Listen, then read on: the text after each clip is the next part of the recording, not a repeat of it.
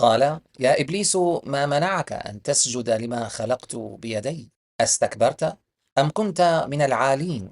تحية من عند الله عليكم مباركة طيبة.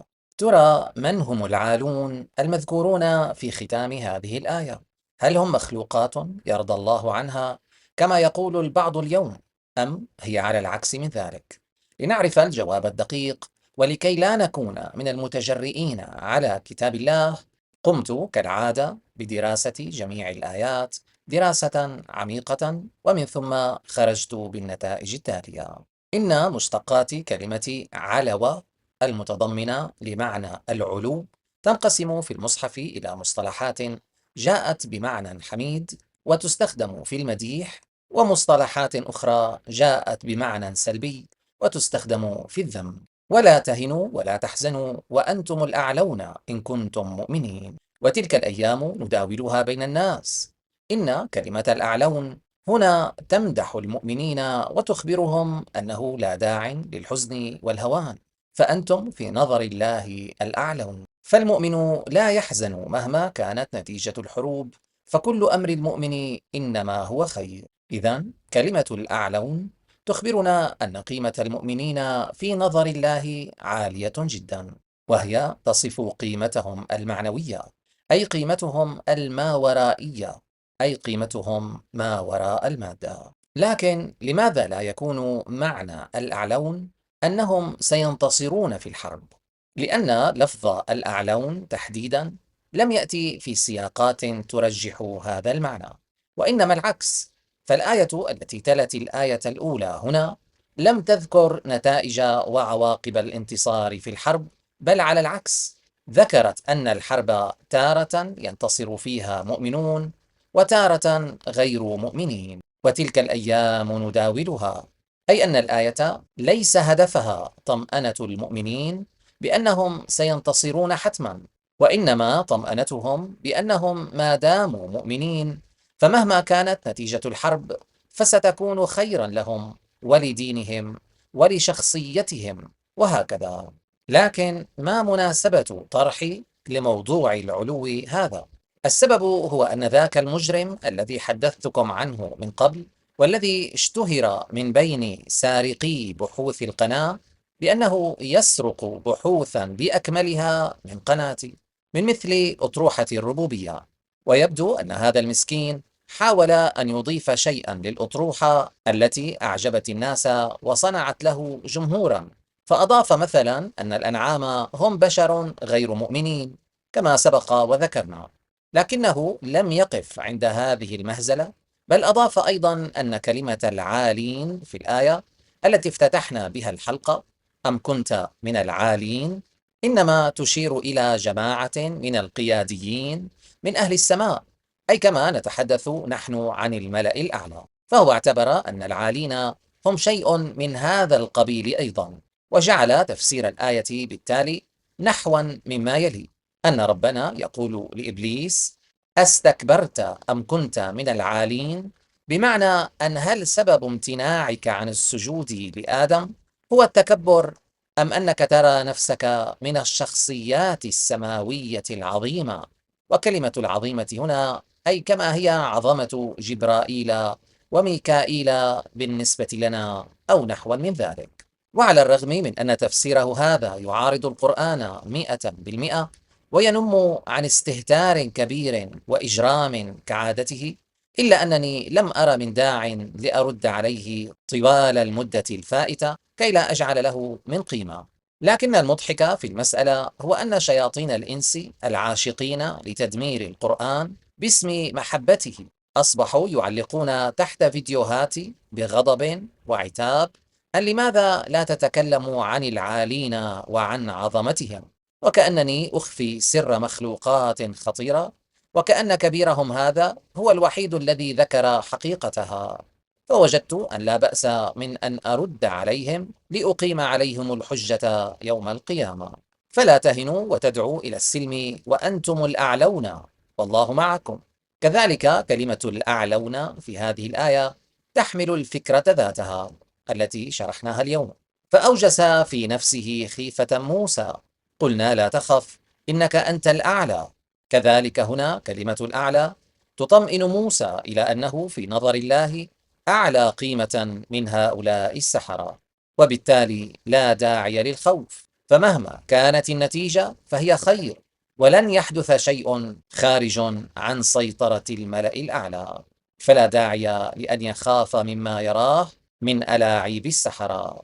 ونلاحظ أن كلمة الأعلى وجمعها الأعلون تفيد في ترجيح كفة فريق على فريق آخر عند المقارنة بينهما، فالآيات في بداية الحلقة كانت تعلي من قيمة المؤمنين فوق قيمة خصومهم، وكذلك هنا إعلاء لقيمة موسى فوق قيمة السحرة، أي هي صيغة تفضيل. سبح اسم ربك الأعلى إلا ابتغاء وجه ربه الأعلى. كذلك هنا تفضيل لربنا جبرائيل على غيره من الأرباب، من مثل الأرباب من البشر، من مثل رؤساء الدول وغيرهم، فهو ربنا أيضا، لكنه في نظر المؤمنين وفي نظر الله هو الأعلى قيمة من كل هؤلاء. فقال أنا ربكم الأعلى، فأخذه الله نكال الآخرة والأولى. لذلك كانت جريمة فرعون هنا ليست أنه ادعى الربوبية لأنه فعليا رب كرب الأسرة ونحو ذلك، ولكن لأنه ادعى أنه هو الرب ذو القيمة الأعلى على الإطلاق، فنازع بذلك جبرائيل الكريم على ربوبيته، وهو بالأفق الأعلى ثم دنا فتدلى. أثبتنا من قبل أن أبعد نقطة يمكن للعين أن تدركها إنما تسمى الأفق، ولكن هذا الأفق في الآية إنما هو الأعلى قيمة من غيره من الآفاق في نظر ربنا، أي له خصوصية. ولذلك جبرائيل عندما ظهر لمحمد من بعيد جدا اختار هذا الأفق تحديدا ليظهر من خلاله، وجعل كلمة الذين كفروا السفلى وكلمة الله هي العليا.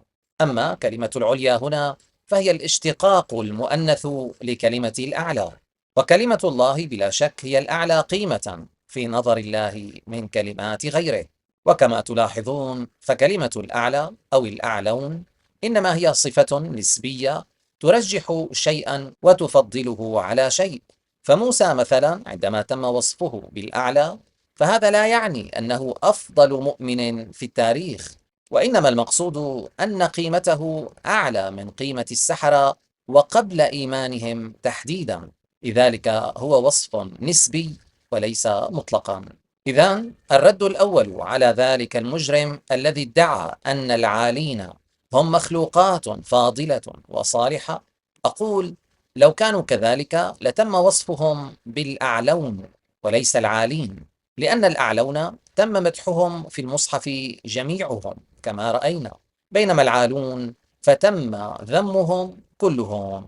الأكثر من ذلك أنك تلاحظ كم هي كلمة الأعلون ثقيلة على اللسان، لذلك لا تسمع بها أبدا في لغة المتكلمين بالفصحى اليوم، وكان يمكن للمصحف أن يصف المؤمنين بالعالين لتسهيل اللفظ، ولكن هذا مستحيل، لأن العالين مختصة بشتم من يحمل هذه الصفة وليس بمديحه.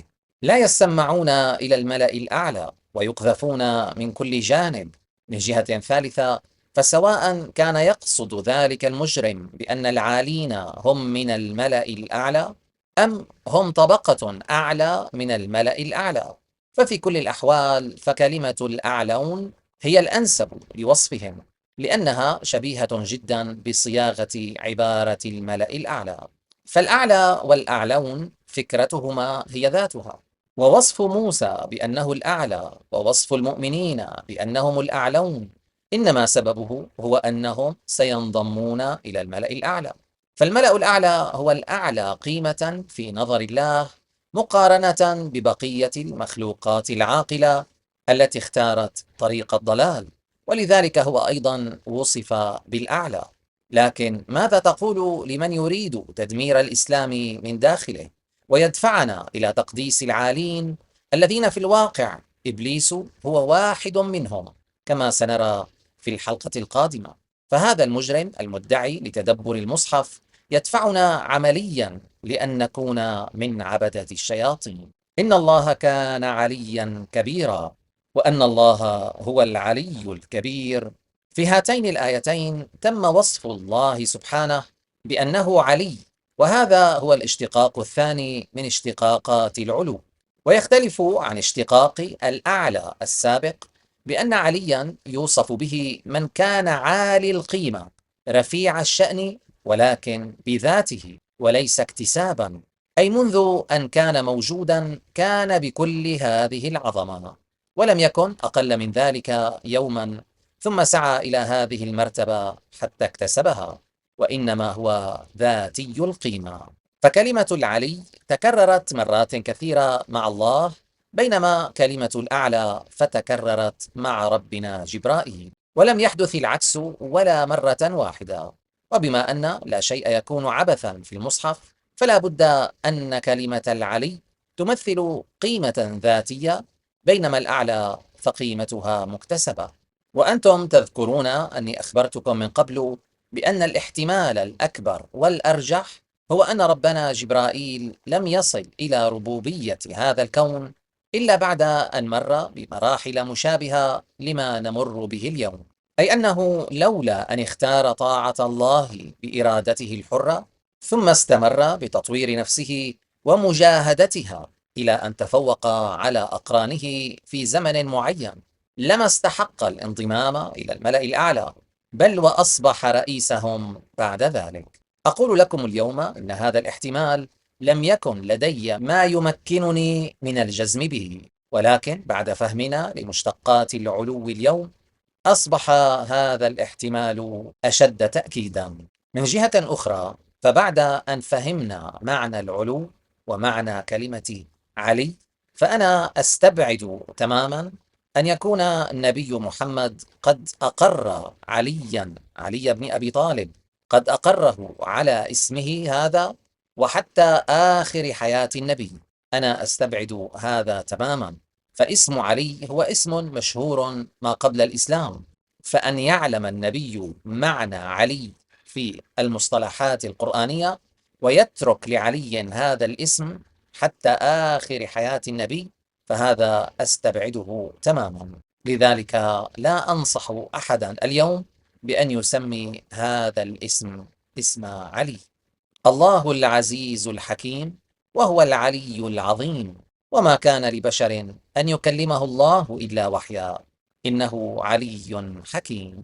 فكما ترى في هذه الآيات، فالله وحده هو الذي يوصف من بين الأحياء بأنه علي حميم. والكتاب المبين إنا جعلناه قرآنا عربيا، وإنه في أم الكتاب لدينا لعلي حكيم. بما أن صفة علي تمثل القيمة الذاتية، فمن الطبيعي أن يكون القرآن رفيع القيمة منذ أول لحظة تم إيجاده فيها وتأليفه، ولم يمر بمراحل من التطور متدرجة إلى أن وصل إلى هذه القيمة العظيمة. فالجمادات لا تتطور لأنها إما أن تكون عظيمة من اللحظة الأولى في وجودها أو لا، وخاصة الجمادات السماوية. وهبنا له إسحاق ويعقوب وجعلنا لهم لسان صدق عليا. وهنا وصفت لغة إسحاق ويعقوب بأنها عليا، وهذا يعني أنه إضافة للغة التي كان يتكلم بها قومهم. كان إسحاق ويعقوب يتكلمان بلغة رفيعة المستوى وغير خاضعة للتطور. وبما أننا أثبتنا من قبل أن إسحاق ويعقوب كانا من المنابع الرئيسية للعلوم التي فتحت لبني إسرائيل، فهذا يرجح احتمالية أن يكون المقصود بهذه اللغة لغة الملأ الأعلى. واذكر في الكتاب إدريس ورفعناه مكانا عليا. كذلك كلمة عليا هنا تخبرنا أن إدريس تم رفعه إلى مكان ذي قيمة عالية منذ أول لحظة في وجوده، مما يرجح أن هذا المكان مكان سماوي. كلا إن كتاب الفجار لفي سجين، وما أدراك ما سجين، كتاب مرقوم كلا إن كتاب الأبرار لفي عليين، وما أدراك ما عليون، كتاب مرقوم. في هذه الآيات كلمة عليين ذاتها هي كلمة علي السابقة، وبالتالي لها قيمة ذاتية غير مكتسبة، إلا أنها في الوقت ذاته صيغة جمع، والدليل على ذلك هو أنها أتت في الآية التي بعدها مرفوعة، أي عليون، بينما كانت في الآية السابقة في محل جر عليين. والدليل الثاني تجده عندما تقارنها بكلمة سجين في السورة ذاتها، حيث أن كلمة سجين أيضا تنتهي بحرف النون، ولكنها في حالتي الرفع والجر لم يتغير رسمها، مما يدل على أن عليين هي ليست اسم علم بسيط، وإنما ملحقة بصيغة الجمع، وبالتالي هي تحتوي أفرادا متعددة. وكنتيجة لكل ذلك، فعليون هو كتاب كان رفيع الشأن ذو قيمة عالية منذ أول لحظة في وجوده، وهذا طبيعي بما أنه من الجمادات السماوية، وكذلك من جهة ارتباطه بالأبرار مقابل ارتباط سجين بالفجار، فهذا يعني أنه يمثل تعدد مقامات الأبرار، وهذه المقامات أيضا ثابتة، إلا أن المتغير هم الأفراد الذين سيستحقون هذه المقامات. لكن الحديث هنا هو فقط عن كتاب الأبرار، وليس عن الأبرار ذاتهم سبحانه وتعالى عما يصفون. أثبتنا من قبل أن كلمة تعالى هنا مختصة بتنزيه الله عن فعل معين لا يليق به سبحانه، فهذه الكلمة تنفي في كل مرة فعلا محددا لا يليق بالله، عالم الغيب والشهادة الكبير المتعال.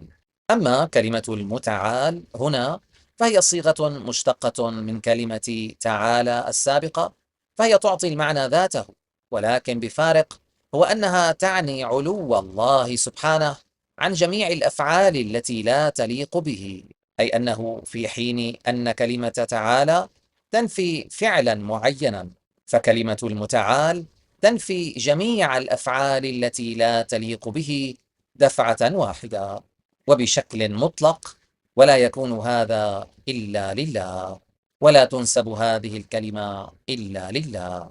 وإذا قيل لهم تعالوا إلى ما أنزل الله وإلى الرسول رأيت المنافقين يصدون عنك صدودا. كلمة تعالوا هنا مشابهة لمعنى كلمة تعالى، أي ارتفع عن مستوى معين لا يليق به، فكلمة تعالوا في المصحف لا تعني مجرد دعوة للمجيء كما نستخدمها نحن اليوم، وإنما حصريا هي الدعوة إلى عمل معين سيرفع من قيمة ومستوى الشخص في حال استجاب للدعوة.